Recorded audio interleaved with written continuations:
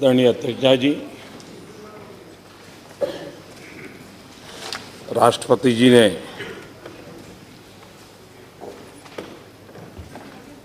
संसद के दोनों सत्रों को 2017 के प्रारंभ में ही संबोधित किया। भारत किस तेजी से बदल रहा है, देश की जनशक्ति का सामर्थ्य क्या है, गांव गरीब किसान की जिंदगी किस प्रकार से बदल रही है, उसका एक विस्तार से खाका सदन में रखा था। मैं राष्ट्रपति जी के अभिभाषण पर धन्यवाद देने के लिए आपके समय उपस्थित हुआ हूं और मैं उनका हृदय से आभार व्यक्त करता हूं। इस चर्चा में आदरणीय श्री मल्लिकार्जुन जी, श्री तारिक अनवर जी, श्री जयप्रकाश नारायण जी, श्री तथागत जी, सतपथी जी, कल्याण बनर्जी, श्री ज्योतिरादित्य सिंधिया, कई वरिष्ठ महानुभावों ने चर्चा को प्राणवान बनाया, कई पहलुओं को उजागर करने का प्रयास किया है और मैं इसके लिए चर्चा में शरीक होने वाले सभी आदरणीय सदस्यों का आभार व्यक्त करता हूं।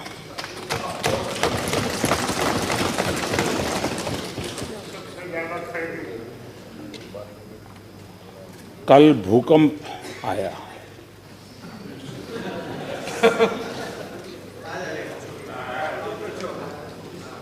इस भूकंप के कारण जिन जिन क्षेत्रों में असुविधा हुई है, मैं उनके प्रति अपनी भावना व्यक्त करता हूं और केंद्र सरकार राज्य के पूरे संपर्क में है। स्थिति में कोई आवश्यकता हो तो कुछ टीमें वहां पहुंच भी गई है, लेकिन आखिर भूकंप आ ही गया।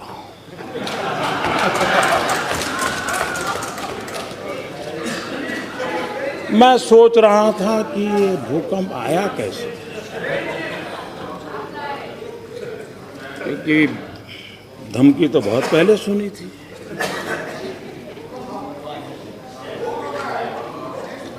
कोई तो कारण होगा कि धरती मां इतनी रूठ गई होगी।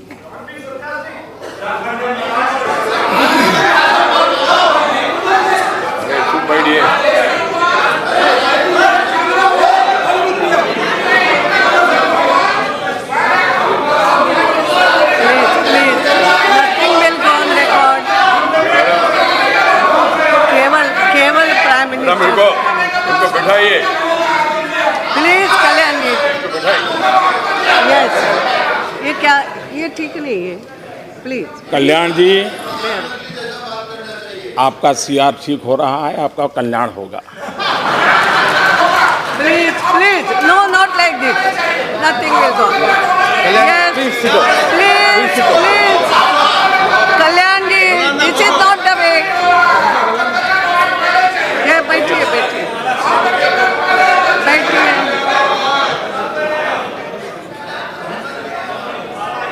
यस,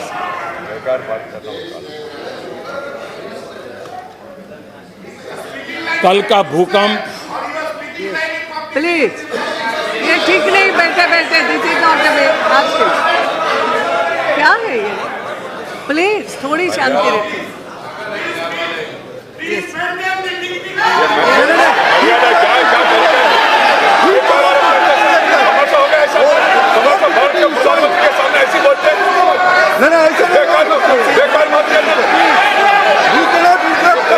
क्या बात है? बैठिए।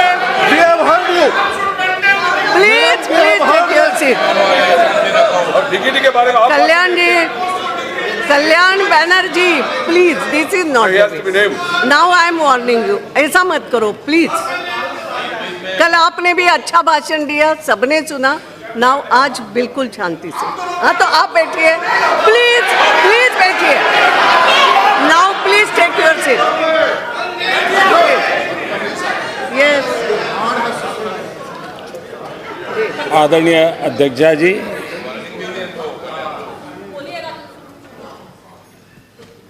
मैं सोच रहा था कि आखिर भूकंप आया क्यों.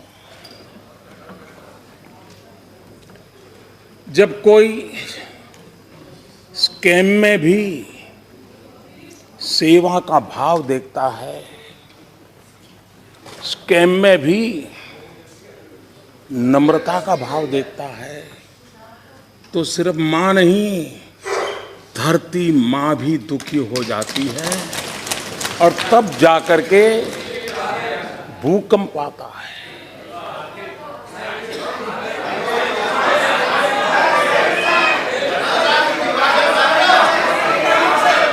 और इसलिए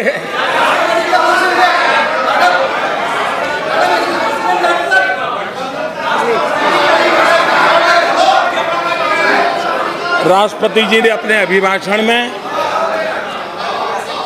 जनशक्ति का ब्यौरा दिया है.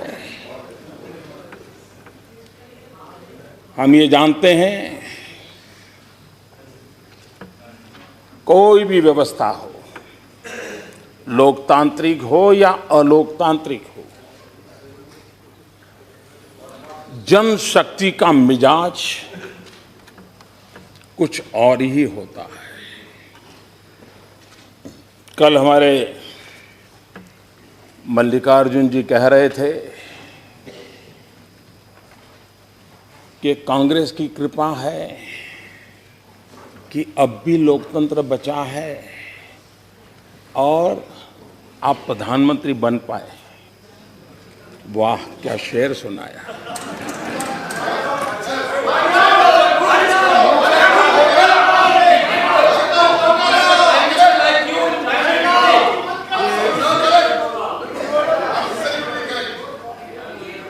बहुत बड़ी कृपा की आपने इस देश पर, लोकतंत्र बचाया.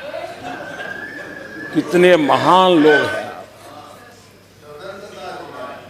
लेकिन अध्यक्षा जी,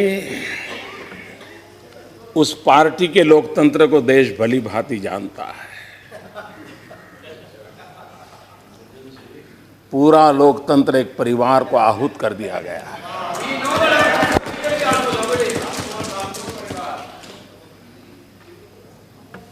और 75 का कालखंड, माननीय अध्यक्षा जी, 75 का कालखंड जब देश पर आपातकाल थोप दिया गया था, हिंदुस्तान को जेल खाना बना दिया गया था, देश के गणमान्य वरिष्ठ नेता जयप्रकाश बाबू समेत लाखों लोगों को जेल के सलाखों में बंद कर दिया गया था. अखबारों पर ताले लगा दिए गए थे और उन्हें अंदाज नहीं था कि जनशक्ति क्या होती है. लोकतंत्र को कुचलने के ढेर सारे प्रयासों के बावजूद भी इस देश की जनशक्ति का सामर्थ्य था कि लोकतंत्र पुनः प्रस्थापित हुआ. और उस जनशक्ति की ताकत है कि गरीब मां का बेटा भी इस देश का प्रधानमंत्री बन सकता है.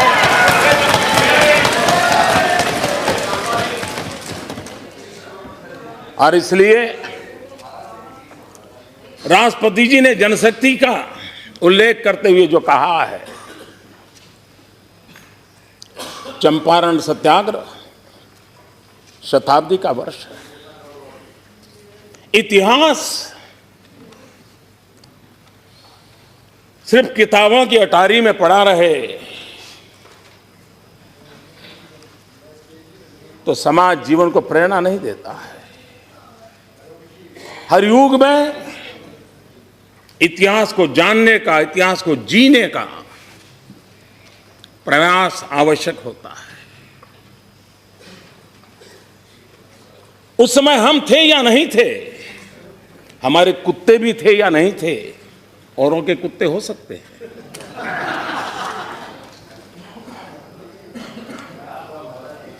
हम कुत्तों वाली परंपरा से पले बड़े नहीं हैं।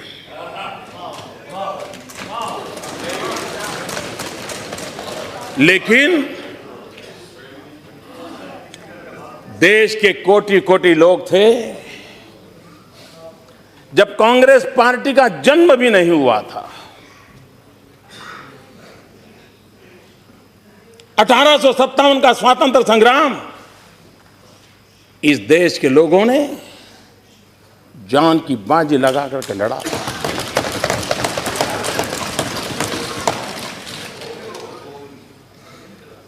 और सबने मिल करके लड़ा था। संप्रदाय की कोई भेद रेखा नहीं थी।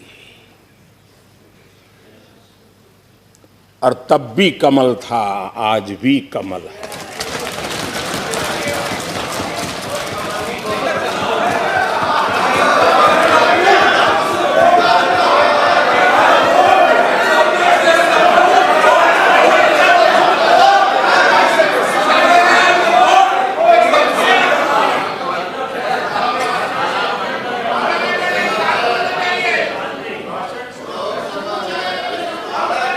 यहां बहुत ऐसे लोग हैं जो मेरी तरह आजादी के बाद पैदा हुए हैं,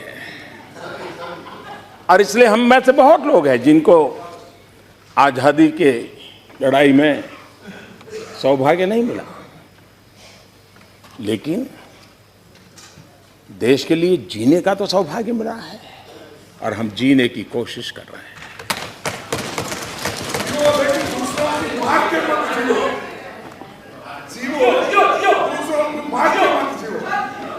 माननीय अध्यक्ष जी,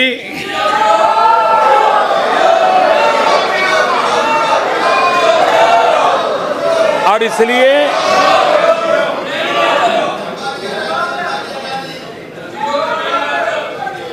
अपार जनशक्ति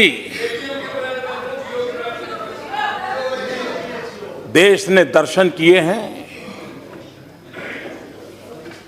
लाल बहादुर शास्त्री जी, उनकी अपनी गरिमा थी।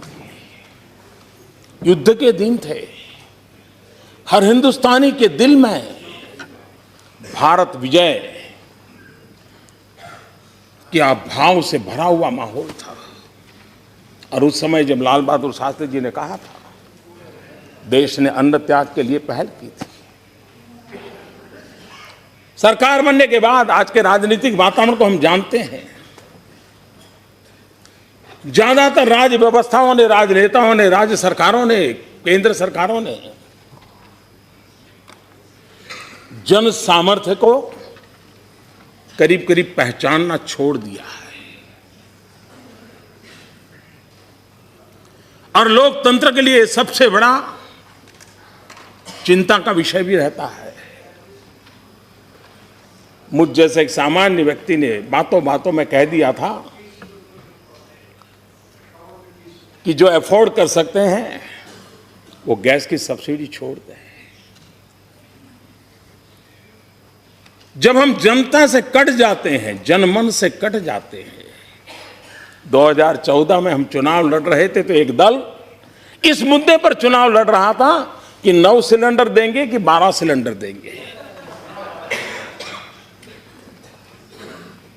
हमने आकर के 9 और 12 की चर्चा को कहां ले गए। हमने कहा जो अफोर्ड कर सकते हैं वो सब्सिडी छोड़ सकते हैं क्या। सिर्फ कहा था। इस देश के 1 करोड़ 20 लाख से ज्यादा लोग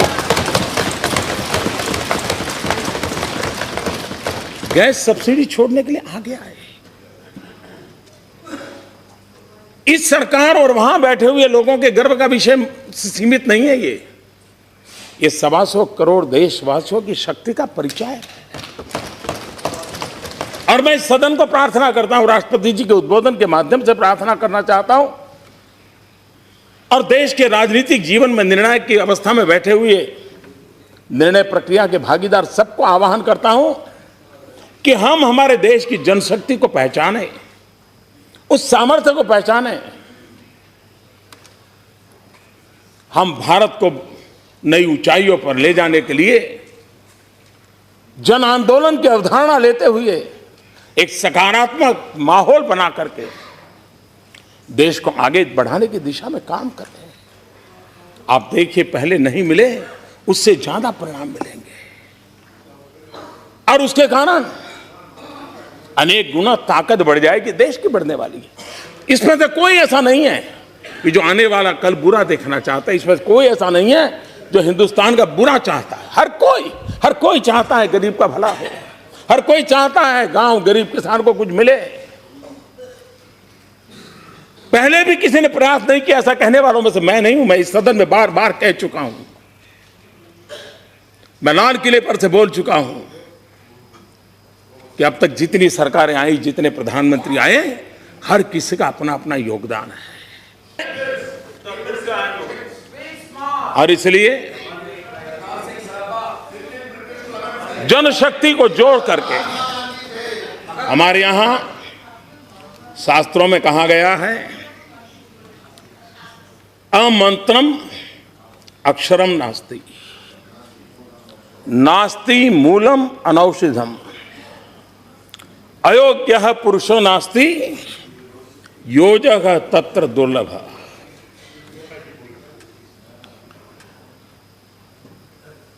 कोई अक्षर ऐसा नहीं होता है जिसको मंत्र में जगह पाने का पोटेंशियल ना हो। कोई ऐसा मूल नहीं होता है जिसकी औषध में जगह पाने का पोटेंशियल ना हो। कोई इंसान ऐसा नहीं होता है कि जो कुछ कर करके समाज और देश को दे सके। जरूरत होती है योजकः तत्र दुर्लभ, योजक की जरूरत होती है। और इस सरकार ने हर शक्ति को संवार करके जोड़ने का एक प्रयास किया है और जनशक्ति के भरोसे उसको आगे बढ़ाने का प्रयास किया है। स्वच्छता का अभियान, मैं हैरान हूं, क्या इस बात के लिए हमें सिर्फ सोचना नहीं चाहिए कि आजादी के इतने साल हो गए। महात्मा गांधी का नाम हम लेते हैं। गांधी के दो प्रिय चीज थे। गांधी कहते थे कि आजादी से पहले भी मुझे अगर कोई पाना है तो मुझे स्वच्छता पानी है। हम स्वच्छता की गांधी जी की बात को लेकर आपके सामने आए, देश के सामने आए। इतनी सरकारें आई, इतने संसद चले सत्र, क्या कभी संसद में स्वच्छता विषय पर चर्चा तक हुई है? और इसलिए पहली बार ये सरकार आने के बाद, और इसलिए क्या स्वच्छता को भी हम राजनीति के एजेंडा का हिस्सा बनाएंगे? आप में से कौन है जो गंदगी में जीना चाहता है? आपके इलाके में कौन है जो गंदगी चाहता है? आप भी नहीं चाहते हैं, यहां वाले भी नहीं चाहते हैं, यहां वाले भी नहीं चाहते, कोई नहीं चाहता। लेकिन क्या हम मिल करके एक स्वर में समाज को इस पवित्र कार्य से जोड़ने को, गांधी जी के सपने को पूरा करने के लिए आगे नहीं बढ़ सकते? कौन रोकता है हमें? और इसलिए माननीय अध्यक्ष जी, इस अपार जनशक्ति को आगे लेते हुए इस बार एक चर्चा, अब ये तो सही है कि जब राष्ट्रपति जी का उद्बोधन पर चर्चा होती है और बजट भी आया होता है तो बजट की बातें भी आ जाती हैं और राष्ट्रपति जी के उद्बोधन की भी बातें आ जाती हैं। बजट पर चर्चा होगी तब वित्त मंत्री जी विस्तार से उसको कहेंगे। लेकिन एक चर्चा आई है, बजट जल्दी क्यों किया गया? भारत एक कृषि प्रधान देश है। हमारा पूरा आर्थिक कारोबार कृषि पर आधारित है और ज्यादातर कृषि की स्थिति दिवाली तक पता चल जाती है। हमारे देश की एक कठिनाई है कि हम अंग्रेजों विरासत छोड़ करके आए उसको लेकर के चल रहे हैं। हम मई में करीब करीब बजट की प्रक्रिया को से पार निकलते हैं। और 1 जून के बाद हिंदुस्तान में बारिश आना शुरू हो जाता है। 3 महीने तक बजट का उपयोग होना असंभव हो जाता है। एक प्रकार से हमारे पास कार्य करने का समय बहुत कम बच जाता है। और जब समय होता है तब आखिरी दिनों की जो पूर्ति करने के लिए हम जानते हैं, हर सरकार जानती है कि दिसंबर से मार्च तक किस प्रकार से बिल कटते हैं और किस प्रकार से रुपये खर्च किए दिखाए जाते हैं। अब ये हमने सोचना चाहिए। अब मैं किसी की आलोचना नहीं कर रहा, अभी भी किसी को समझ आता है क्या कारण था कि आजादी के कई वर्षों तक बजट शाम को 5 बजे आता था। किसी ने सोचा नहीं, बस 5 बजे चल रहा है। क्यों चल रहा है भाई? 5 बजे इसलिए बजट चलता था कि यूके की पार्लियामेंट के टाइम के हिसाब से हिंदुस्तान में अंग्रेजों के जमाने से शाम को 5 बजे बजट आया। अब हमने उसको ही चालू रखा। और हम बहुत कम लोगों को मालूम होगा, हम घड़ी ऐसे पकड़ते हैं तो इंडियन टाइम है, लेकिन घड़ी ऐसे पकड़ते हैं तो लंदन टाइम है। आपके पास घड़ी है तो देख लीजिए। उसी प्रकार से हाँ, ये दिखाने के लिए, ताकि कई लोगों को बहुत चीजें समझ नहीं आती, पता नहीं पड़ता।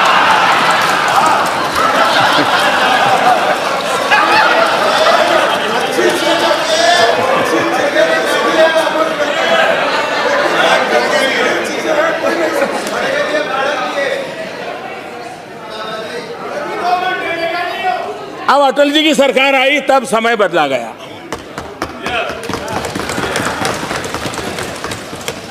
हमारा भी प्रयास है। और जब आपकी सरकार थी तब आप लोगों ने भी बजट के समय के संबंध में कमेटी बनाई थी, उसका विस्तृत रिपोर्ट है।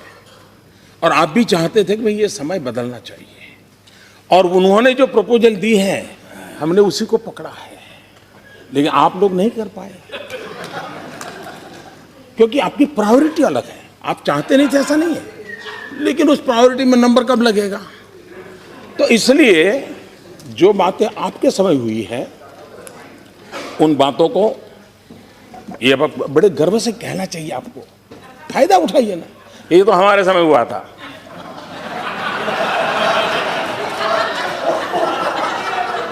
अब ये भी आप भूल जाते हैं। चलो मैंने याद दिला दिया, आप इसका भी लाभ लीजिए।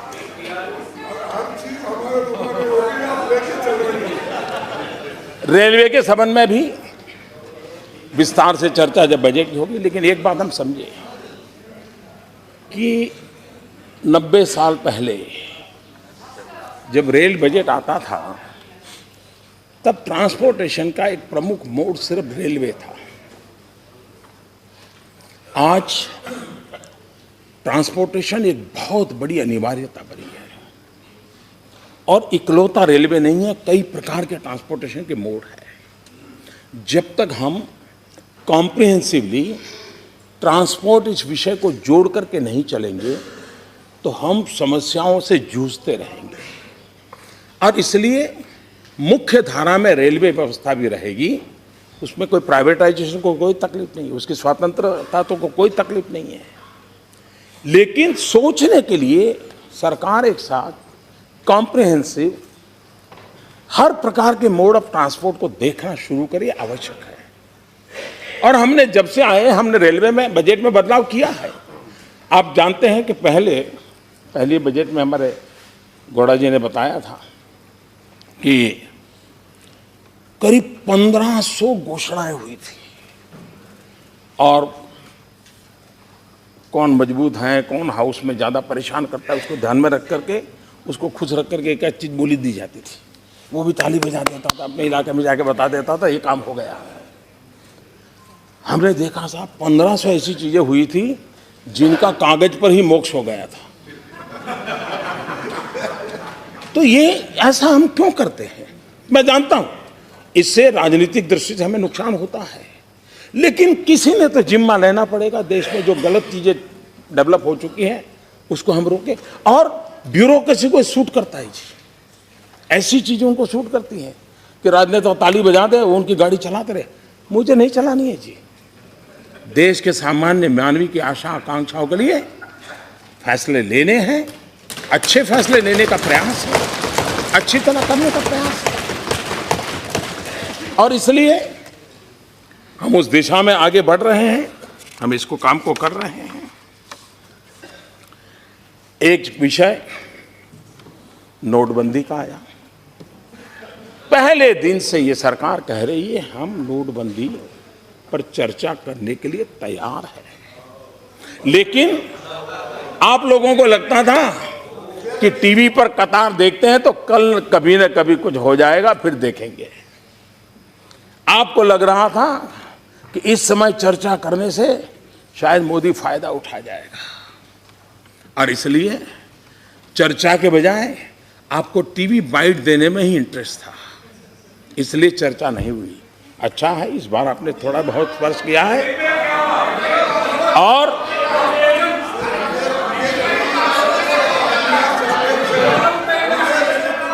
Nothing only prime minister statement, nothing. 70 days बर्बाद किया आपने सदन को। कितना बड़ा बदलाव आया है,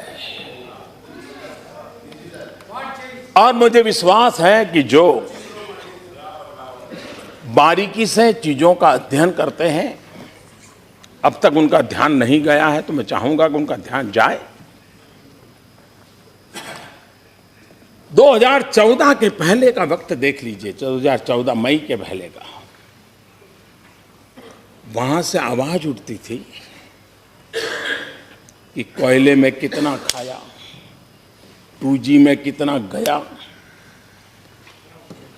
जल करप्शन में कितना गया, वायु करप्शन में कितना गया, आसमान के करप्शन में कितना गया, कितने लाख गए, यही वहां से आवाज आती थी। कि मेरे लिए कितनी खुशी की खबर है कि जब वहां से आवाज आती थी मोदी जी कितना लाए, कितना लाए, कितना लाए, तब आवाज उठती थी कितना गया, अब आवाज उठ रही कितना लाए। इससे बड़ा जीवन का संतोष क्या हो सकता है? इससे बड़ा जीवन का, यही तो सही कदम है, यही तो सही कदम है। दूसरा,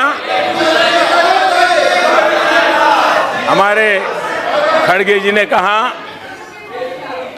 कि काला धन हीरे जवाहरात में है, सोने में है, चांदी में है, प्रॉपर्टी में है। मैं आपकी बात से सहमत हूं, लेकिन ये सदन जानना चाहता है ये ज्ञान आपको कब हुआ?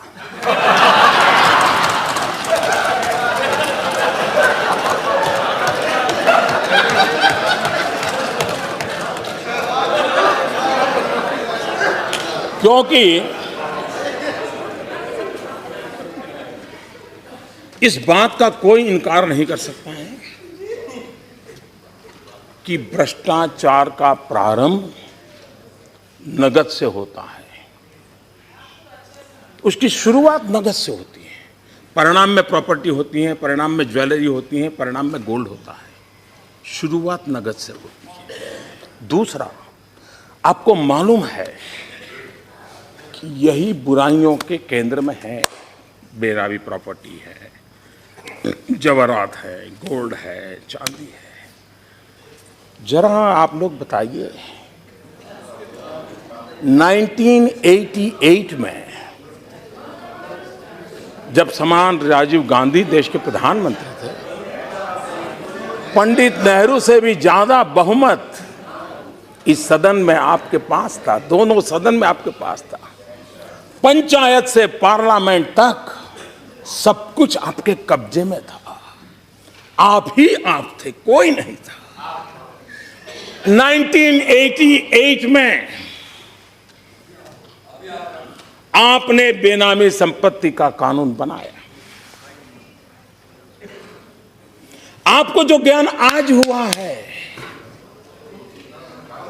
क्या कारण था कि 26 साल तक उस कानून को नोटिफाई नहीं किया गया? क्या कारण था उसको दबाव कर? अगर उस समय नोटिफाई किया होता तो जो ज्ञान आज आपको हुआ है, 26 साल पहले की स्थिति थोड़ी ठीक थी, देश बहुत जल्दी साफ सुथरा होने की दिशा में एक काम हो जाता। वो कौन लोग थे जिनको कानून बनने के बाद ज्ञान हुआ कि अब कानून दबाने में फायदा है? वो किस परिवार?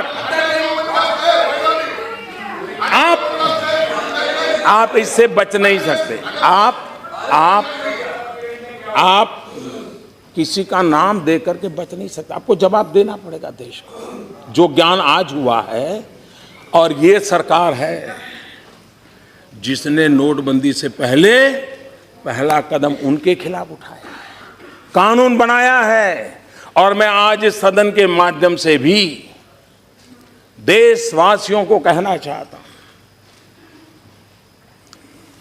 आप कितने ही बड़े क्यों न हो,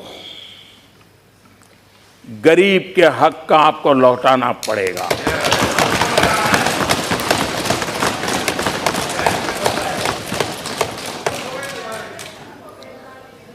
और मैं इस रास्ते से पीछे लौटने वाला नहीं हूं। मैं गरीबों के लिए लड़ाई लड़ रहा हूं और गरीबों के लिए लड़ाई लड़ता रहूंगा। इस देश के गरीबी के मूल में, इस देश में गरीबी के मूल में देश के पास प्राकृतिक संपदा की कमी नहीं थी, देश के पास मानव संसाधनों की कमी नहीं थी, लेकिन देश में एक ऐसा वर्ग पनपा जिन्होंने लोगों के हक लूटते रहे। उसी का नतीजा है कि देश जिस ऊंचाई पर पहुंचना चाहिए था नहीं पहुंच पाया। आप कहते हैं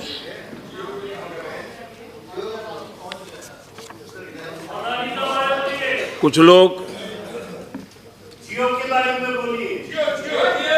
उसकी जिनकी एजेंसी होगी वो बोलेंगे।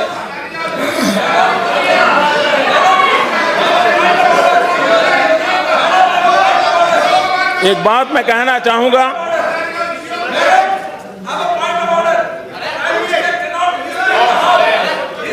क्या है? You cannot be disturbing the house like this. Please take your seat. No, you cannot be disturbing like this. Nothing is, आप चिंता मत। हम ये जानते हैं कि अर्थव्यवस्था को Nothing is going on record. Please. इस बात का कोई इनकार नहीं कर सकता है, मत गलत। एक समांतर अर्थव्यवस्था डेवलप हुई थी। और ऐसा नहीं है, ये काम भी आपके संज्ञान में भी पहले भी आया था। ये विषय आप ही की सरकार की, आप ही की कमेटियों ने भी आपको सुझाया था। जब इंदिरा जी राज करती थी तब यशवंतराव जी चौहान ये विषय लेकर के उनके पास गए थे, और तब जाकर के उन्होंने कहा था कि क्यों भाई कांग्रेस को चुनाव नहीं लड़ने का? आपको निर्णय गलत नहीं था, चुनाव का डर था। हमें चुनाव की चिंता नहीं है, देश की चिंता है, इसलिए हम निर्णय और ये बात निश्चित है, कोई इनकार नहीं कर सकता है कि कोई भी व्यवस्था में कैश कितना, चेक कितना, एक कारोबार डेवलप हो चुका है और एक प्रकार से जीवन का हिस्सा बना है। जब तक आप उसको गहरी चोट नहीं लगाओगे तब तक स्थिति से बाहर नहीं आओगे।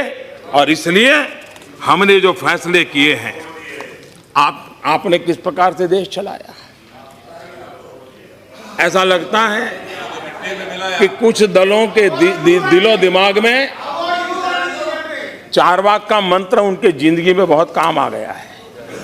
उन्होंने चारवाक के ही मंत्र को लेकर के शायद, और तभी जाकर के कोई अंग्रेजी कवि को उल्लेख करते हुए ये भी कह देते बड़े बड़े व्यक्ति कि मरने के बाद क्या है, क्या देखा है। अभी तो चारवाक का तत्व ज्ञान है। मैं उस सदन में जाऊंगा तब इसका उल्लेख बराबर डिटेल में करूंगा। लेकिन चारवाक कहते थे, यावत जीवित सुखम जीवित, ऋणम कृत्वा घृतम पिबेत भस्मीभूतस्य देहस्य पुनरागमनम कुतः। जब तक जियो मौज करो, जियो, हाँ? जब तक जियो मौज करो। चिंता किस बात की? कर्ज करो और घी पियो। उस जमाने में संस्कार के लिए घी कहा भाई, भगवत मान, नहीं तो और कुछ पीने का कहते हैं।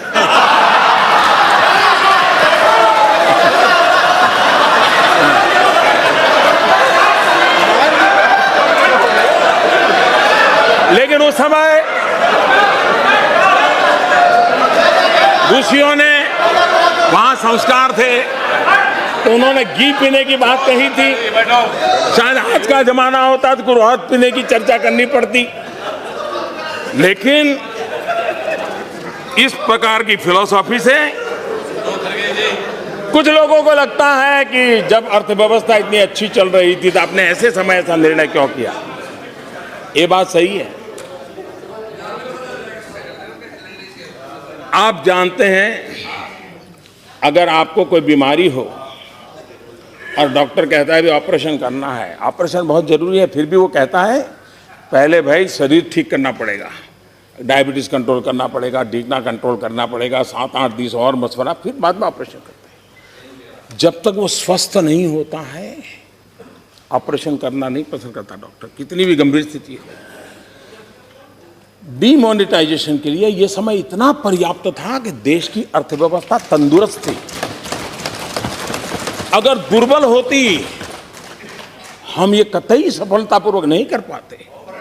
ये तब सफल होता है ताकि अर्थव्यवस्था मजबूत थी। और इसी समय दूसरा, इसका समय, ऐसा मत सोचिए कि हड़बड़ी में होता है। इसके लिए मोदी का अध्ययन करना पड़ेगा आपको।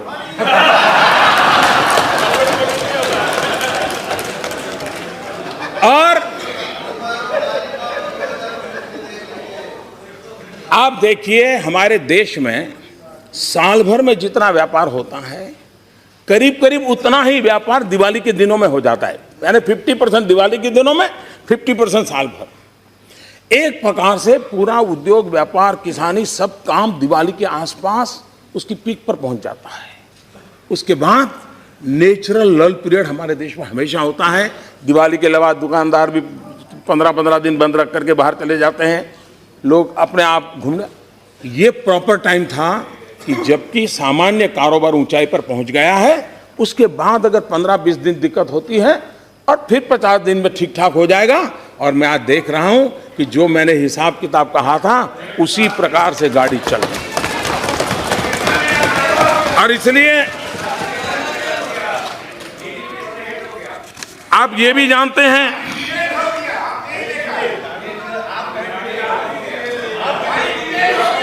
आप ये जानते हैं, एक जमाना था इनकम टैक्स डिपार्टमेंट की मर्जी पर, एक समय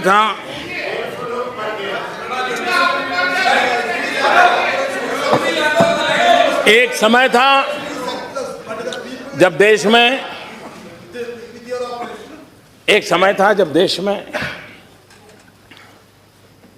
इनकम टैक्स अधिकारी मनमर्जी पड़े वहां जाकर के धमकते थे। और बाकी क्या होता था, पुराना इतिहास को जो दोहराने की जरूरत नहीं है।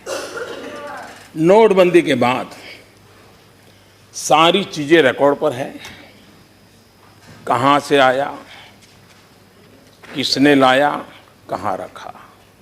अब उसमें से टॉप नामों को टेक्नोलॉजी के द्वारा, डाटा माइनिंग के द्वारा निकाल दिए गए हैं। अब इनकम टैक्स ऑफिसर को कहीं जाना नहीं है, सिर्फ SMS करके पूछना है कि भाई जरा बताइए डिटेल क्या है। आप देखिए, किसी प्रकार का अफसरशाही के बिना जिसको भी मुख्य धारा में आना है उसके लिए एक अवसर प्राप्त हो चुका है। और मैं मानता हूं इससे बहुत क्लीन इंडिया, जैसे स्वच्छ भारत का मेरा अभियान चल रहा है, वैसा ही आर्थिक जीवन में स्वच्छ भारत का अभियान भी बहुत तेजी से आगे बढ़ रहा है।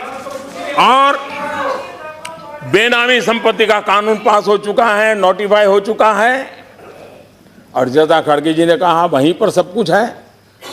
अच्छा सुझाव आपने दिया है, हम भी कुछ करके दिखाएंगे, और जो भी सुन रहे हैं वो भी समझे और उसके प्रावधान पढ़ लें कि कितना बड़ा कठोर कानून है। जिसके पास भी बेनामी संपत्ति है उनसे मेरा आग्रह है, अपने चार्टर्ड अकाउंटेंट से जरा पूछ ले आखिर के प्रावधान क्या है। और इसलिए मेरा सबसे आग्रह है कि मुख्य धारा में आइए, देश के गरीबों का भला करने के लिए आप भी कुछ कंट्रीब्यूट कीजिए, आप भी कुछ कंट्रीब्यूट।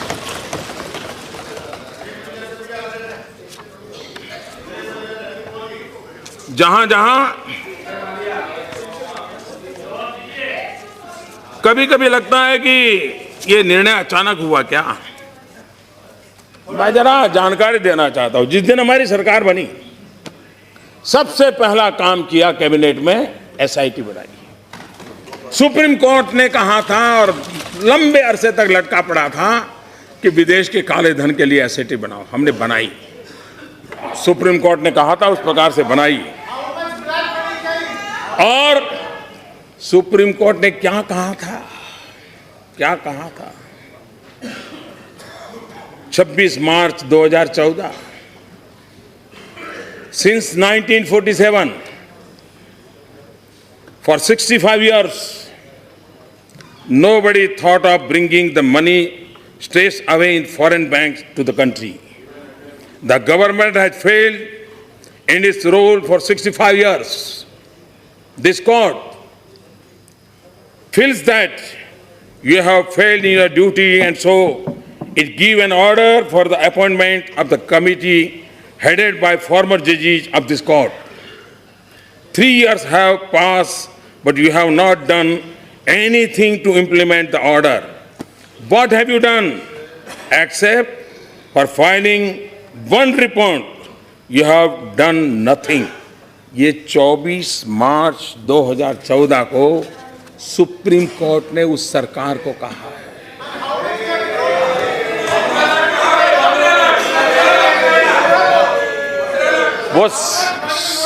वही तो मैं कह रहा था, वो जमाना था तब आवाज उठती थी कितना गया, अब आवाज उठ रही है कितना आया, और आके रहेगा, आते रहेगा। आप देखिए एक के बाद एक देखिए, विदेश में जमा काले धन के खिलाफ नया कठोर कानून बनाया, प्रॉपर्टी जब्त करने की बात कही। इस बार भी बजट में एक नया कानून की बात कही गई है, सजा भी 7 साल से 10 साल कर दी। टैक्स हेवन जो थे मॉरिशस, सिंगापुर वगैरह, उस पुराने जो नियम आप बना करके गए थे उसको हमने बातचीत की, उनको समझाया, हमारी परिस्थितियां समझाई, उसको हम ले आए। हमने स्विट्जरलैंड से समझौता किया कि वो रियल टाइम इंफॉर्मेशन देंगे, कोई भी हिंदुस्तानी नागरिक पैसा रखेगा तो उसका पता चल जाएगा। हमने अमेरिका सहित कई देशों के साथ इस प्रकार के समझौते किए हैं, जहां भी हमारा कोई भी भारतीय नागरिक, भारतीय मूल का व्यक्ति पैसे रखेगा तो उसकी जानकारी भारत को मिलेगी। उसी प्रकार से प्रॉपर्टी बिक्री 20,000 से ज़्यादा नगद नहीं, इसकी चर्चा हमने नहीं किया। रियल एस्टेट बिल को पास किया। ज्वेलरी के मार्केट में भी 1% एक्साइज डाली ताकि इस चीज़ों को स्ट्रीमलाइन करना था, किसी को परेशान नहीं करना था। और आप ही लोग हैं इस देश सदन में, इधर हो या उधर हो, मुझे चिट्ठियाँ आई हैं जब हमने कहा कि 2 लाख से ज़्यादा कोई अगर ज्वेलरी परचेज करता है तो उसको पैन नंबर देना होगा। मैं हैरान हूँ, काले धन और भ्रष्टाचार के खिलाफ भाषण देने वाले लोग मुझे चिट्ठियाँ लिखते थे कि पैन नंबर मांगने का नियम रद्द कर दीजिए ताकि लोग कैश मनी से सोना लेते रहे, गहने लेते रहे और काला बाजार चलता रहे। हम टिके रहे, हम उसको करके दिखाया, एक एक कदम उठाया। मैं जानता हूँ ये राजनीतिक फायदे के लिए काम कोई ऐसा नहीं कर सकता, वरना तो आप पहले कर लेते। ये कठिनाई है, लेकिन देश का भला करने के लिए निर्णय करने थे और गरीबों का भला करना था, इसलिए निर्णय किए थे। 2 लाख से ज़्यादा से किसी सामान पर 10 लाख से ज़्यादा महंगी गाड़ी पर 1% अतिरिक्त टैक्स लगा दिया। हमने इनकम टैक्स डिक्लेरेशन स्कीम भी लाई और अब तक में सबसे स्कीम में सबसे ज़्यादा पैसा लोगों ने डिक्लेयर किया। 1100 से ज्यादा पुराने कानून हमने खत्म किए। और यहां बताया गया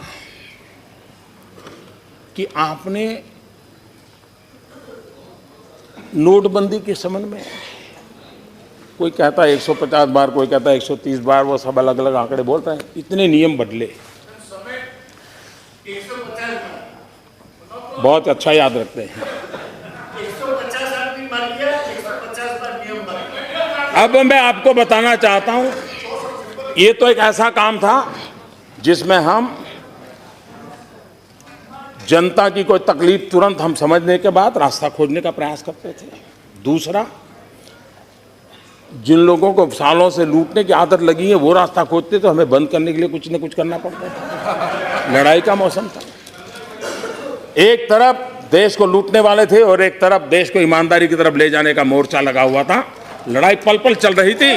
वो एक तू डाल डाल में 5-5 इस प्रकार से लड़ाई चल रही थी। लेकिन जो आप लोगों का बड़ा प्रिय कार्यक्रम है, जिसको लेकर के आप बड़ी पीठ थपथपा रहे हैं, वैसे उसके लिए आपको हक नहीं है, क्योंकि जब इस देश में राजा रजवाड़ों का शासन था तब भी गरीबों के लिए राहत काम के नाम से योजनाएं चलती थी। उसके बाद भी हिंदुस्तान में फूड फॉर वर्क के नाम से कई योजना, 9 देश आजाद होने के बाद 9 प्रकार की अलग अलग नामों से चली हुई योजना चलते चलते चलते अब उसने एक नाम लिया जिसको मनरेगा कहते हैं। कई यात्रा करके आया हुआ है। और हर राज्य में, जहां कम्युनिस्टों की सरकार थी उन्होंने भी पश्चिम बंगाल में किया था, जहां शरद पवार की सरकार थी महाराष्ट्र में किया था, गुजरात में भी जो कांग्रेस की सरकार, हर देश में किसी ने आजादी के बाद इस प्रकार के काम किए ही किए, हर किसी ने किए थे। तो कोई नई चीज नहीं थी, लेकिन नाम नया था। लेकिन देश को और आपको खुद को भी जान करके आश्चर्य होगा कि शांत रूप से इतने सालों से चली हुई योजना के बाद भी मनरेगा में 1035 बार परिवर्तन किए हैं। 1035 बार नियम बदले गए हैं। आप कभी अपने तो आईने में झांकिए, और उस समय तो लड़ाई नहीं थी, इतने बड़े दबाव में काम करना नहीं था। क्या कारण था कि मनरेगा जैसा एक जो लंबे अरसे से चल रहा था, उसको भी आपको लाने के बाद 1035 बार उसमें परिवर्तन करने पड़े। और इसलिए नियमों में परिवर्तन किया। एक्ट तो एक बार हो गया, एक्ट 1035 बार परिवर्तित नहीं हुआ है। और इसलिए मैं आज You listen to the honorable Prime Minister ना? We have listened to you. हमने सुना है आपको, आप भी शांति से सुनिए। और इसलिए आज मैं आपको 40 मिनट के बजाय 1.25 घंटे मिल चुके थे बाबू। और इसलिए मैं कहना चाहूंगा, आज मुझे आपको काका हाथरसी की एक कविता के शब्द सुनाता हूं। काका हाथरसी के कविता के शब्द सुनाता हूं। और मैं काका हाथरसी को याद करता हूं तो कोई उत्तर प्रदेश के चुनाव के साथ न जोड़े, क्योंकि उनके हर चुनाव में काका हाथरसी की बात तो चलती रहती थी। काका हाथरसी ने किया था, काका हाथरसी ने कहा था, अंतरपट में खोजिए, अंतरपट में खोजिए, छिपा हुआ है खोट। अंतरपट में खोजिए, छिपा हुआ है खोट। और काका हाथरसी ने आगे कहा है, मिल जाएगी आपको बिल्कुल सत्य रिपोर्ट।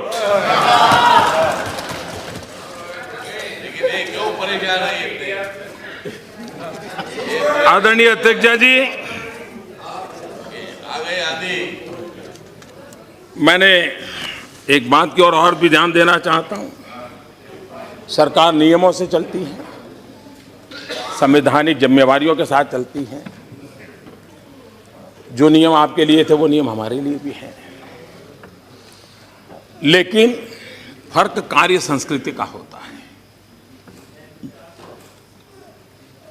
नीतियों की ताकत भी नियत से जुड़ी हुई होती है।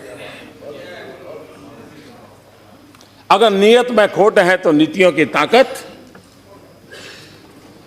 माइनस में चली जाती है, जीरो छोड़ो माइनस में चली जाती है। और इसलिए हमारे देश में उस कार्य संस्कृति को भी समझने की जरूरत। जब भी हम कुछ बोलते हैं यहां से, ये तो हमारे समय था, ये तो हमारे समय था, तो आज मुझे लग रहा है मैं ही उसी पर खेलूं थोड़ा। आपके मैदान में खेलने के लिए आना पसंद करूंगा आज मैं। और इसलिए ऐसा क्यों हुआ? ऐसा तो नहीं है कि आपको ज्ञान नहीं था। आपको ज्ञान कल ही हुआ ऐसा थोड़ा था, आपको जानकारी थी। लेकिन महाभारत में कहा है इस प्रकार से, जानामि धर्मम न च मे प्रवृत्ति। जानामि अधर्मम न च मे निवृत्ति। धर्म क्या है वो तो आप जानते हैं, लेकिन वो आपकी प्रवृत्ति नहीं थी। अधर्म क्या है वो भी जानते थे, लेकिन उसे छोड़ने का आपका सामर्थ्य नहीं था। मैं बताता हूं जी। अब मुझे कहिए, नेशनल ऑप्टिकल फाइबर नेटवर्क, अगर मैं उसके लिए कुछ भी कहूंगा तो वहां से आवाज उठाई, ये तो हमने शुरू किया था। मैं हमने शुरू किया था उसी से शुरू करना चाहता हूं। अब देखिए, नेशनल ऑप्टिकल फाइबर नेटवर्क 2011 से 14 3 साल सिर्फ 59 गांवों में ये ऑप्टिकल फाइबर नेटवर्क लगा, और उसमें भी लास्ट माइल कनेक्टिविटी का प्रावधान नहीं था। प्रोक्योरमेंट भी पूरी तरह सेंट्रलाइज था। वो तो क्या कारण है सब जानते हैं। अब आप देखिए हमने पूरी कार्य संस्कृति कैसे बदलती है, अप्रोच कैसे बदलता है। सब राज्योों को पहले साथ में लिया। लास्ट माइल कनेक्टिविटी मतलब स्कूल में ऑप्टिकल फाइबर नेटवर्क मिलना चाहिए, अस्पताल में मिलना चाहिए, पंचायत घर में मिलना चाहिए, इस प्राथमिकताओं को तय किया। प्रोक्योरमेंट क्या था, वो भारत सरकार के हाथ से रख करके हमने उसको डिसेंट्रलाइज कर दिया, और परिणाम ये आया कि इतने कम समय में अब तक 76,000 गांवों में optical fibre network last mile connectivity के साथ पूरा हो गया।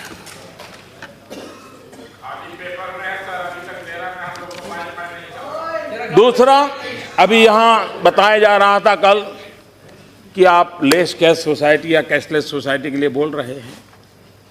लोगों के पास क्या है, लोगों के पास क्या है, मोबाइल। मैं हैरान हूं।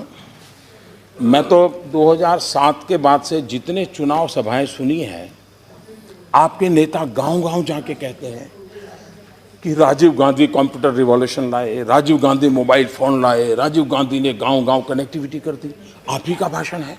और जब मैं आज कह रहा हूं कि उस मोबाइल का उपयोग बैंक में भी कन्वर्ट किया जा सकता है, तो आप कहते हैं मोबाइल फोन ही कहां है। ये समझ भी आ रहा है भाई। आप ही कह रहे थे हमने इतना कर दिया, जब मैं उसमें कुछ अच्छा जोड़ रहा हूं तो कहते नहीं वो तो है ही नहीं। तो ये क्या समझा रहे थे आपको जी? क्यों ऐसा कर रहे हो जी? दूसरी बात है, ये आप भी मानते हैं, मैं भी मानता हूं कि पूरे देश के पास सब नहीं है, लेकिन मान लो अगर 40% के पास है, तो क्या उन 40% लोगों को इस आधुनिक व्यवस्था से जोड़ने की दिशा में हम सबका सामूहिक प्रयत्न रहना चाहिए कि नहीं रहना चाहिए?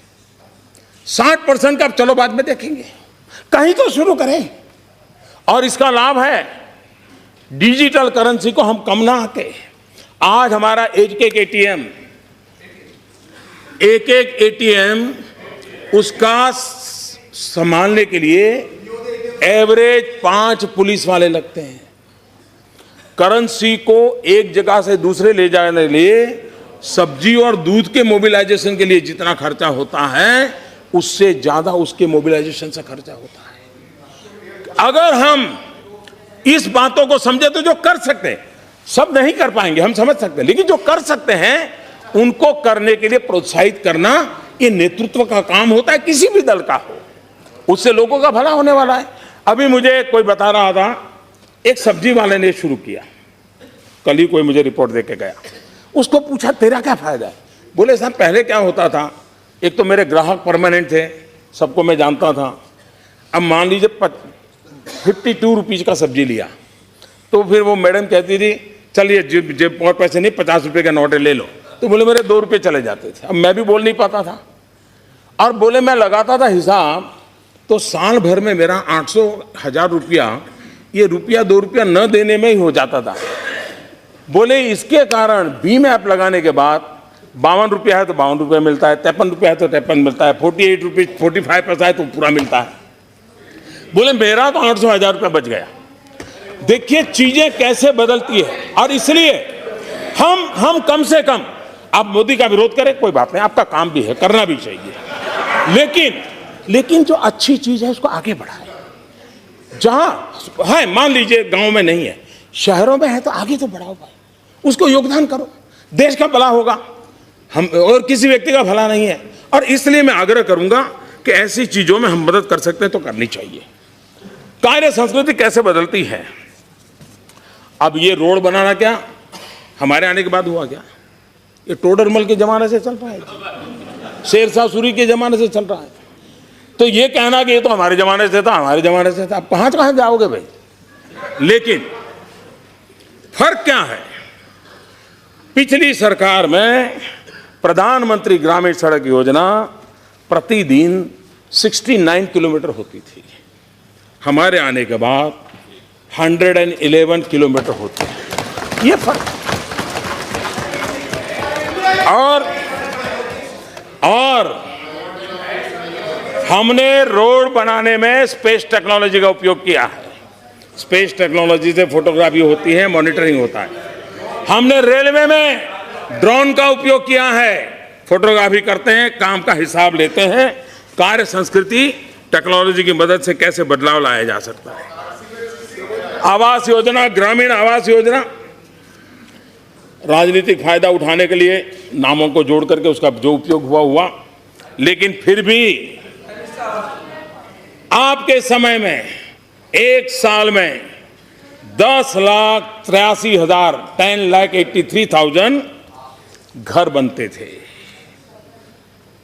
इस सरकार में एक वर्ष में 22,27,000 घर बने। 22 लाख।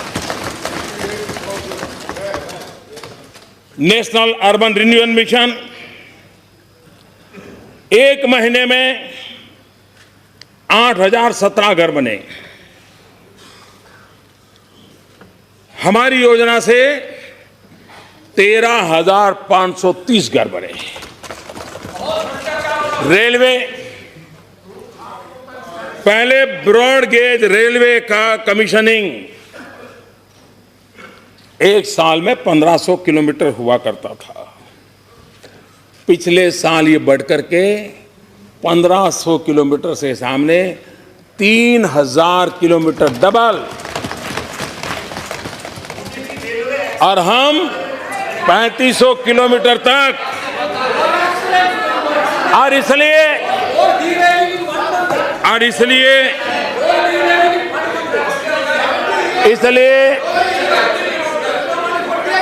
ये परिणाम अचानक नहीं आए।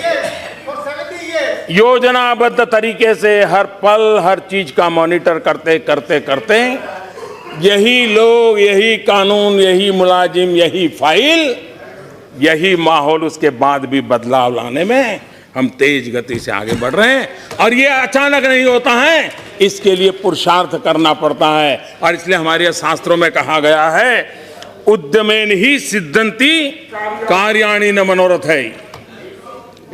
उद्यमेन ही सिद्धंति कार्याणि न मनोरथ है, नहि सुप्तस्य सिंहस्य प्रविशन्ति मुखे मुगा। उद्यम से ही कार्य सिद्ध होते हैं, ना कि मनोरथों से। सोए हुए सिंह के मुख में हिरण आकर से प्रवेश नहीं करता है, उसको भी शिकार करना पड़ता है।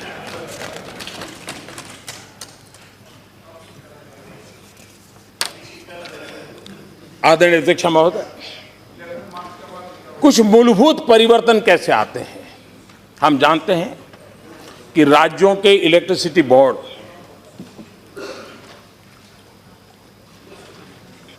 उन राज्यों के इलेक्ट्रिसिटी बोर्ड डिस्कॉम सारे राज्य संकट में हैं।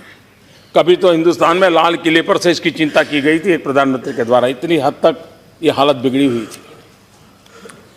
पिछले 2 साल में बिजली उत्पादन में क्षमता बढ़ी,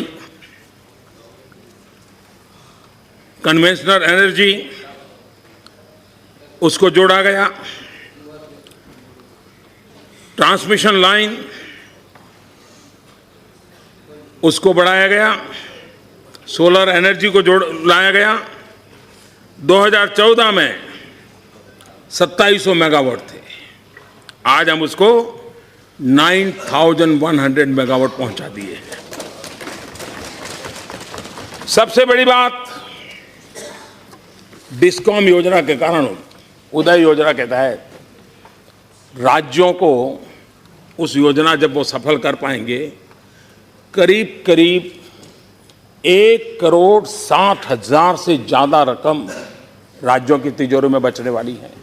और राज्यों के साथ जोड़ करके अगर भारत सरकार ने 1,60,00,000 की घोषणा कर दी होती तो चारों तरफ कहते कि वाह, मोदी सरकार ने इतना पैसा दिया।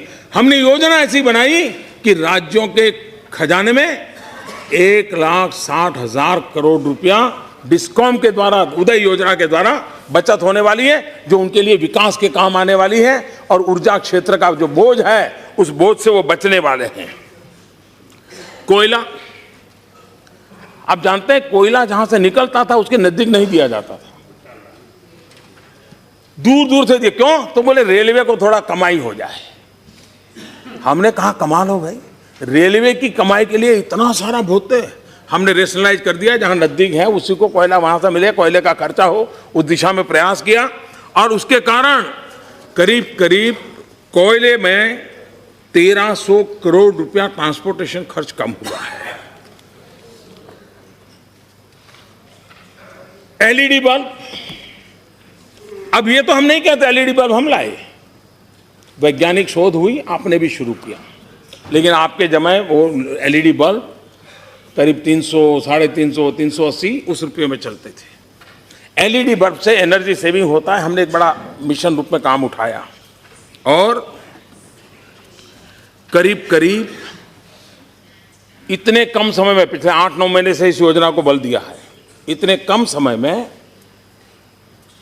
21 करोड़ एलईडी बल्ब लगाने में हमने सफलता पाई है और तेज गति से आगे बढ़ रहा है। और अब तक जो एलईडी बल्ब लगे हैं उसके कारण परिवारों में जो बिजली का बिल आता था, वो जो बिजली की बिल कम हुआ है, वो परिवारों में करीब करीब 11,000 करोड़ रुपयों का बचत हुई है। अगर किसी सरकार ने बजट में 11,000 करोड़ बिजली उपभोक्ताओं को देने का तय किया होता तो अखबारों में हेडलाइन बनती है। हमने एलईडी बल्ब लगाने मात्र से 11,000 करोड़ रुपया बिजली का बिल सामान्य मानवी के घर में कम किया है। कार्य संस्कृति अलग होती है तो कैसा परिवर्तन आता है, इसका ये नमूना है। और इसलिए हमने इस काम को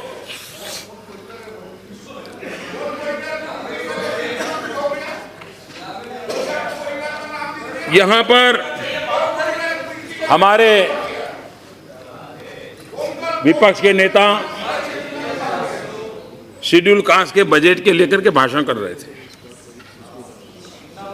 लेकिन बड़ी चतुराई पूर्वक 13-14 के आंकड़ों को उन्होंने बोलना अच्छा नहीं माना, खुद का लगाते थे। 13-14 आता था, अटक जाते थे। शेड्यूल कास्ट सब प्लान कुल आवंटन 2012-13 37,113, 13-14 41,561, 16-17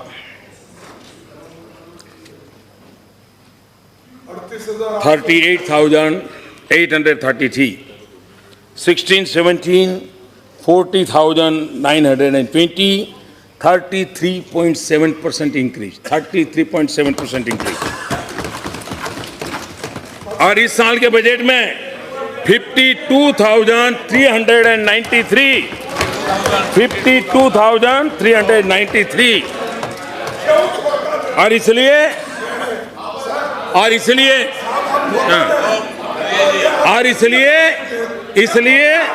ये झूठ है। और ये नहीं कह सकते, ये नहीं कह सकते, ये झूठ है, ये नहीं कह सकते। आप सत्य सुनने की हिम्मत चाहिए, सत्य सुनने की हिम्मत चाहिए। एक और काम मैं बताना चाहता हूं, ये सरकार भ्रष्टाचार के खिलाफ लड़ाई लड़ने वाली सरकार है। भ्रष्टाचार के खिलाफ लड़ाई लड़ने के समय किस प्रकार से काम किए जाते हैं। 17 मंत्रालय के 84 योजनाएं हमने डायरेक्ट बेनिफिट ट्रांसफर आधार योजना के साथ जोड़ करके उसको आगे किया, और 32 करोड़ लोगों को 1,56,000 करोड़ रुपया डायरेक्ट बेनिफिट ट्रांसफर स्कीम में दिया गया। अब उससे क्या लाभ हुआ है, और इसको समझना होगा कि किस प्रकार से हर गली मोहल्ले में चोरी लूट की व्यवस्था रही थी। और मैं जानता हूं, इतनी बारीकी से हर जगह पर चोरी लूट को रोकूंगा तो मेरे पर कितना तूफान होगा। और तब जाकर मैंने गोवा में बोला था कि मैं जानता हूं, मैं ऐसे निर्णय करता हूं, मेरे पर क्या बीतेगी मुझे मालूम है, आज भी मालूम है। और इसमें दोबारा कहता हूं, ऐसे ऐसे बड़े बड़े लोगों को तकलीफ हो रही है और ज्यादा होने वाली है। उसके कारण मुझे अंदाज है मुझ पर क्या क्या जुल्म होने वाले हैं। उसके लिए तैयार, उसके लिए तैयार, क्योंकि देश के लिए मैंने ये प्रण लेकर के निकला हुआ इंसान हूं, और इसलिए मैं कदम उठा रहा हूं। पहली योजना, हमारे यहां गैस सिलेंडर जाते थे, सब्सिडी मिलती थी। जब उसको आधार योजना से जोड़ा तो उसका लीकेजेज करीब 26,000 करोड़ रुपए से ज्यादा लीकेजेज रुका, जिसका परिणाम ये आया कि 1.5 करोड़ गरीब परिवारों को गैस का कनेक्शन देने में हम सफल हुए।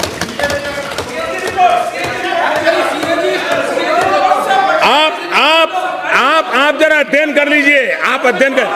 मैं सदन में जब बोलता हूं तो जिम्मेवारी के साथ बोलता हूं। पिछले 2.5 वर्षों में फर्जी राशन कार्ड, गरीब आदमी के हक को छीनने का काम फर्जी राशन कार्ड वाले करते थे। गरीब को जो मिलना चाहिए उसको बिचौलिए अपने यहां फर्जी राशन कार्ड के थप्पे रखते थे और माल चुरा लेते थे और काले बाजारी में बेचते थे।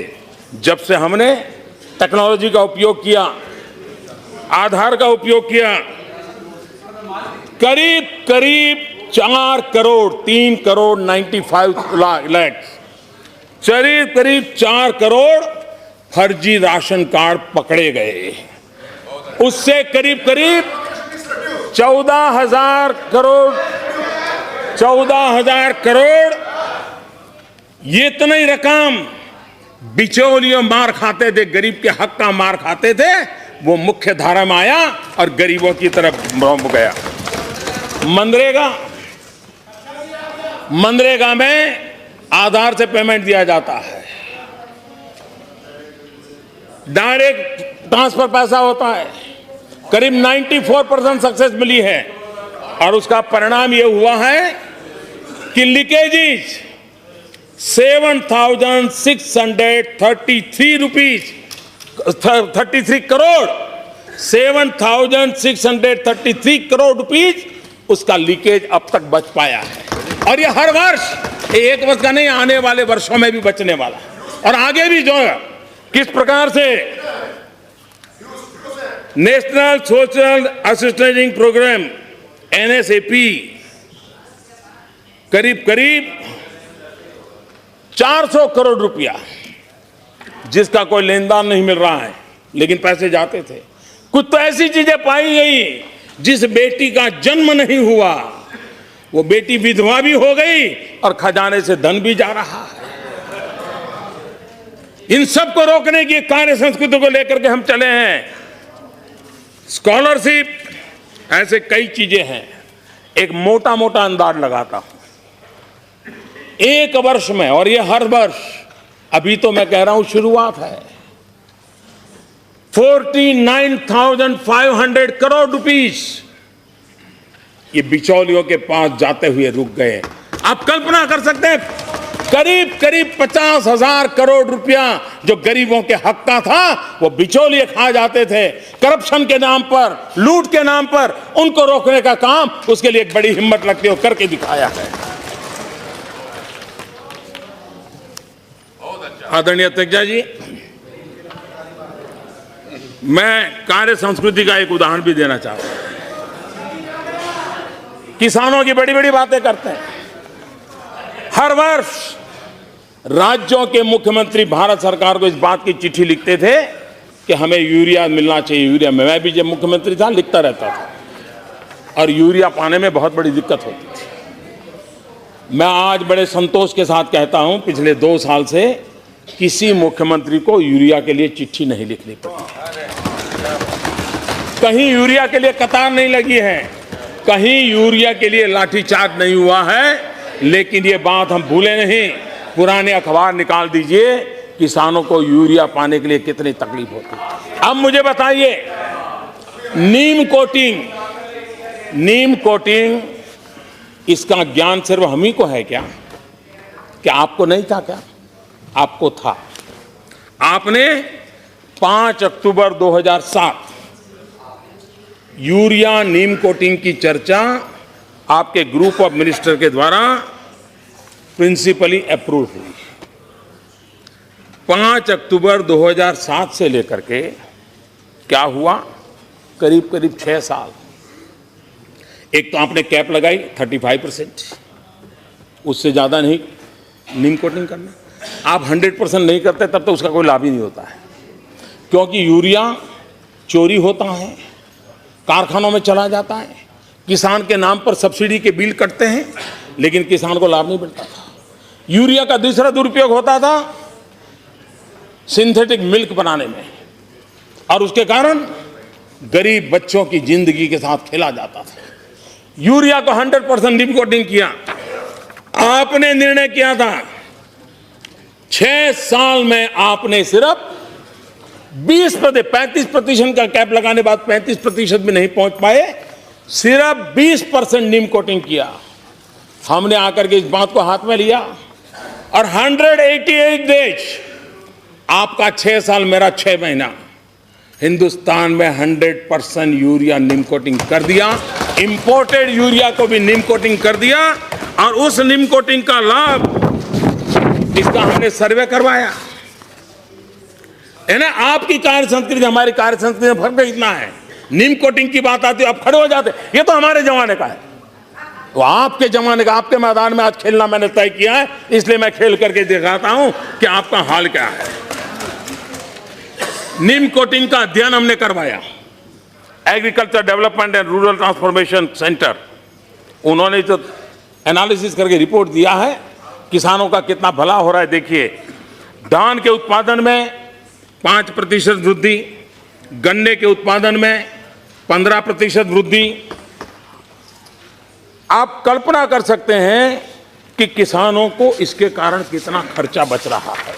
किस प्रकार से आदरणीय राष्ट्रपति जी ने हम सबसे एक आह्वान किया है कि लोकसभा और विधानसभाओं के चुनाव साथ साथ होने की दिशा में सोचने का समय आ गया है। इसको राजनीतिक तमाजों से न तोला जाए। तत्कालीन हर किसी को थोड़ा बहुत नुकसान होगा, हर किसी को थोड़ा बहुत होगा, लेकिन इस विषय पर गंभीरता से सोचने की आवश्यकता है। आज हर वर्ष 5-7 राज्यों में चुनाव होते ही रहते हैं। 1 करोड़ से ज्यादा सरकारी मुलाजिम कभी न कभी चुनावों में लगे रहते हैं। सबसे ज्यादा नुकसान शिक्षा क्षेत्र से जुड़े हुए हमारे अध्यापकों प्राध्यापकों को चुनाव के काम में जाना पड़ता है। हमारे भविष्य की पीढ़ी को नुकसान हो रहा है, बार बार चुनाव के कारण हो रहा है, और उसके कारण खर्च में भी बहुत बड़ी वृद्धि हो रही है। और इसलिए 2009 का जो लोकसभा का चुनाव हुआ तो 1100 करोड़ का खर्च हुआ था, और 2014 का लोकसभा का चुनाव हुआ 4000 करोड़ से भी ज्यादा हुआ। आप कल्पना कर सकते हैं इस गरीब देश पर, ये गरीब देश पर कितना बोझ पड़ रहा है। आज कानून व्यवस्था की दृष्टि से अनेक नई नई चुनौतियां आ रही है। प्राकृतिक संकटों के कारण भी सिक्योरिटी फोर्स की मदद लगती है। दुनिया भर में फैल रहा आतंकवाद और हमारे दुश्मन देश जिस प्रकार से हरकतें कर रहे हैं, हमारी सिक्योरिटी फोर्स को उसमें ताकत है। इतना बड़ा काम बढ़ता जा रहा है, दूसरी तरफ सिक्योरिटी फोर्सेस की ज्यादातर शक्ति चुनावी प्रबंधनों में लगाई जानी पड़ रही, उनको भेजना पड़ रहा है। इन संकट को हम समझे और एक दीर्घदृष्टा के रूप में कोई एक दल इसका निर्णय नहीं कर सकता है, सरकार इसका निर्णय कतई नहीं कर सकती है, लेकिन अनुभव के आधार पर जिम्मेवार लोगों ने मिलकर के इस समस्या का समाधान हमने खोजना होगा, हमें रास्ता खोजना होगा। और राष्ट्रपति जी ने जो चर्चा निकाली है उस चर्चा को हमने आगे बढ़ाना चाहिए। उनका धन्यवाद करते हुए, उनके धन्यवाद के लिए हम लोगों ने प्रयास करना चाहिए। के बारे में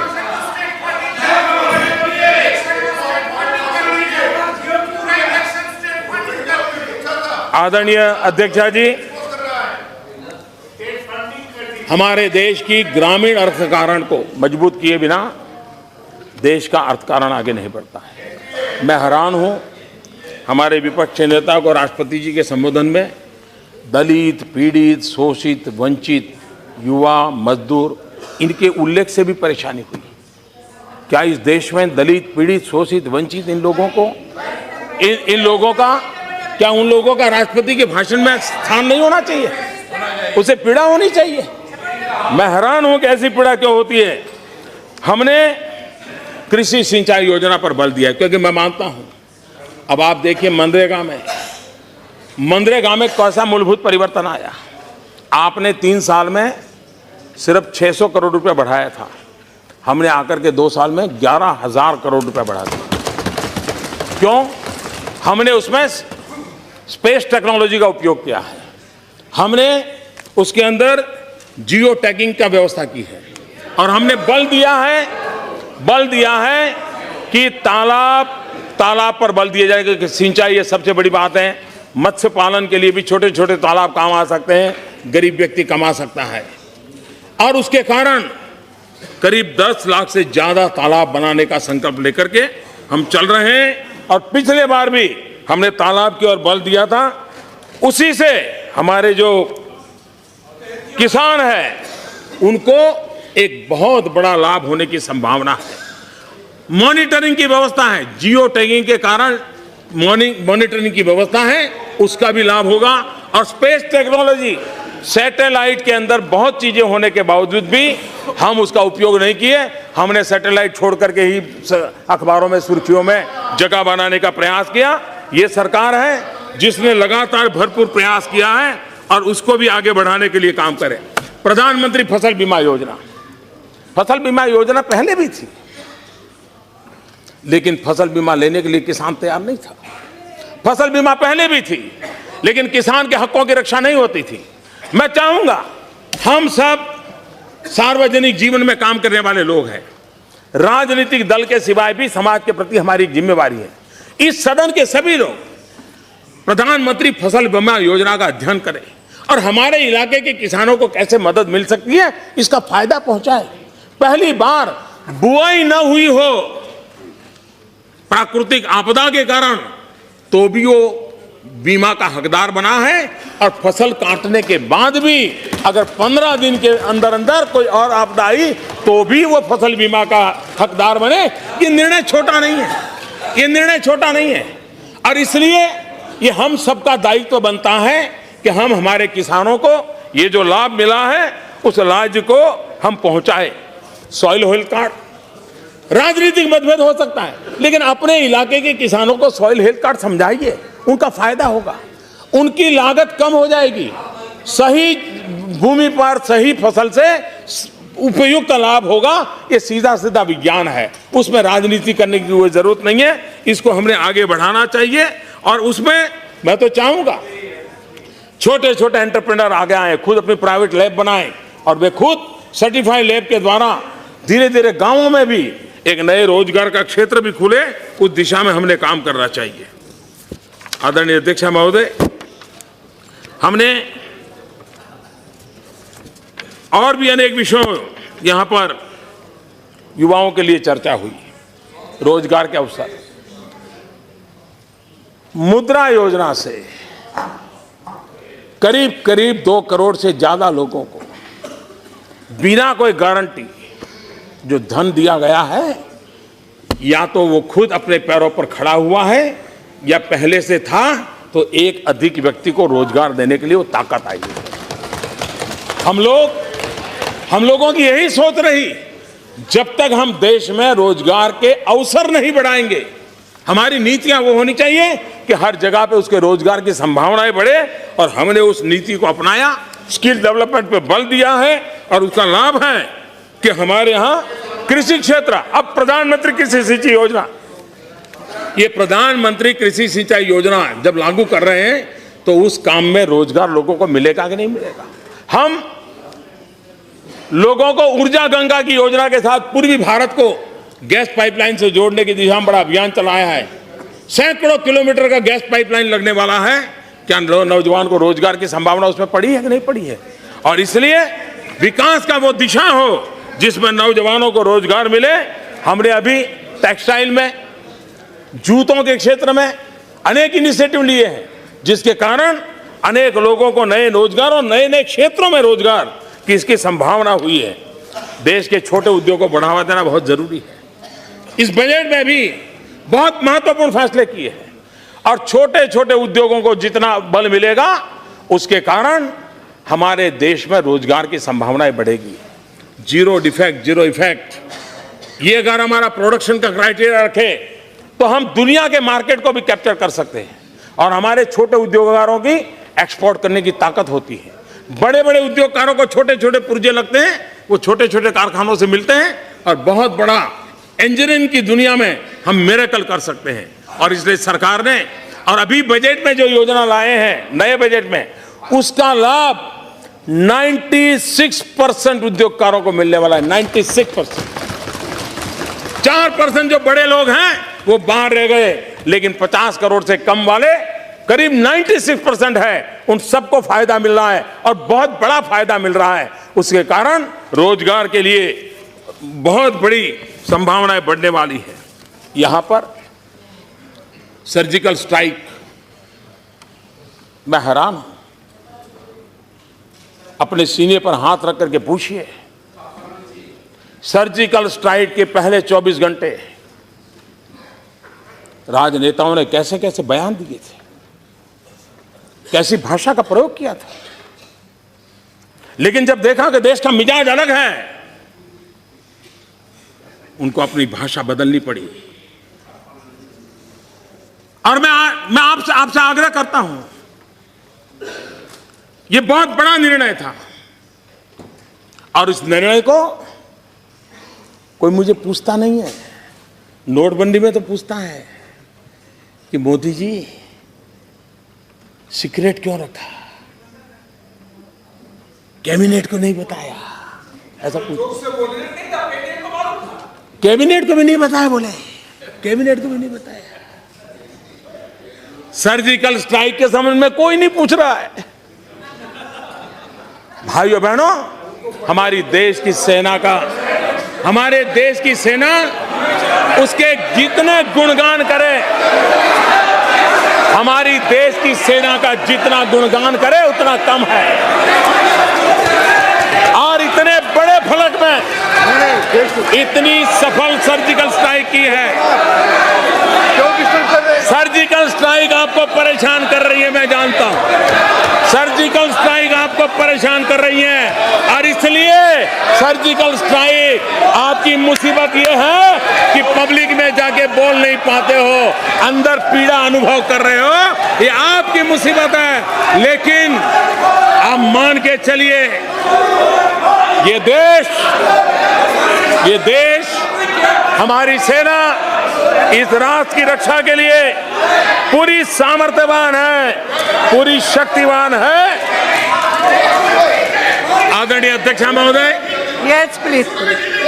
मुझे विश्वास है कि हम इस सदन में संवाद हो, नए नए शोध हो, नए नए विचारों को रखा जाए, क्योंकि हम लोग तो ज्ञान के पुजारी हैं, विचारों को स्वागत करने वाले लोग हैं। जितने नए विचार मिलेंगे, किसी भी दिशा में से विचार आए, जरूरी नहीं है कि विचार इसी दिशा में आए, इसी दिशा में विचार आए, उत्तम विचारों का स्वागत है। क्योंकि हमें सबने मिलकर के, अल्टीमेट हम सबका उद्देश्य है हमारे देश को आगे बढ़ाना। अल्टीमेटली हम सबका उद्देश्य है देश को बुराइयों से मुक्त कराना। अल्टीमेटली हमारा उद्देश्य है कि इस देश को नई ऊंचाइयों पर ले जाना। और विश्व के अंदर एक अवसर आया है, ऐसे अवसर बहुत कम आते हैं। आज की जो विश्व की अवस्था है उसमें भारत के लिए एक अवसर आया है। इस अवसर का अगर हम फायदा उठाएं और एक स्वर से, एक ताकत के साथ हम दुनिया के सामने प्रस्तुत होंगे, मुझे विश्वास है विश्व में भी जो सपना देख करके हमारे पूर्वज चले थे उसको हम पूरा कर सकते हैं। आदरणीय अध्यक्ष महोदय, आपने मुझे समय दिया, सदन ने मुझे सुना, इसके लिए मैं आपका आभारी हूं। और मैं फिर एक बार आदरणीय राष्ट्रपति जी को हृदय से अभिनंदन करते हुए मेरी बात को विराम देता हूं। बहुत बहुत धन्यवाद। Honourable members,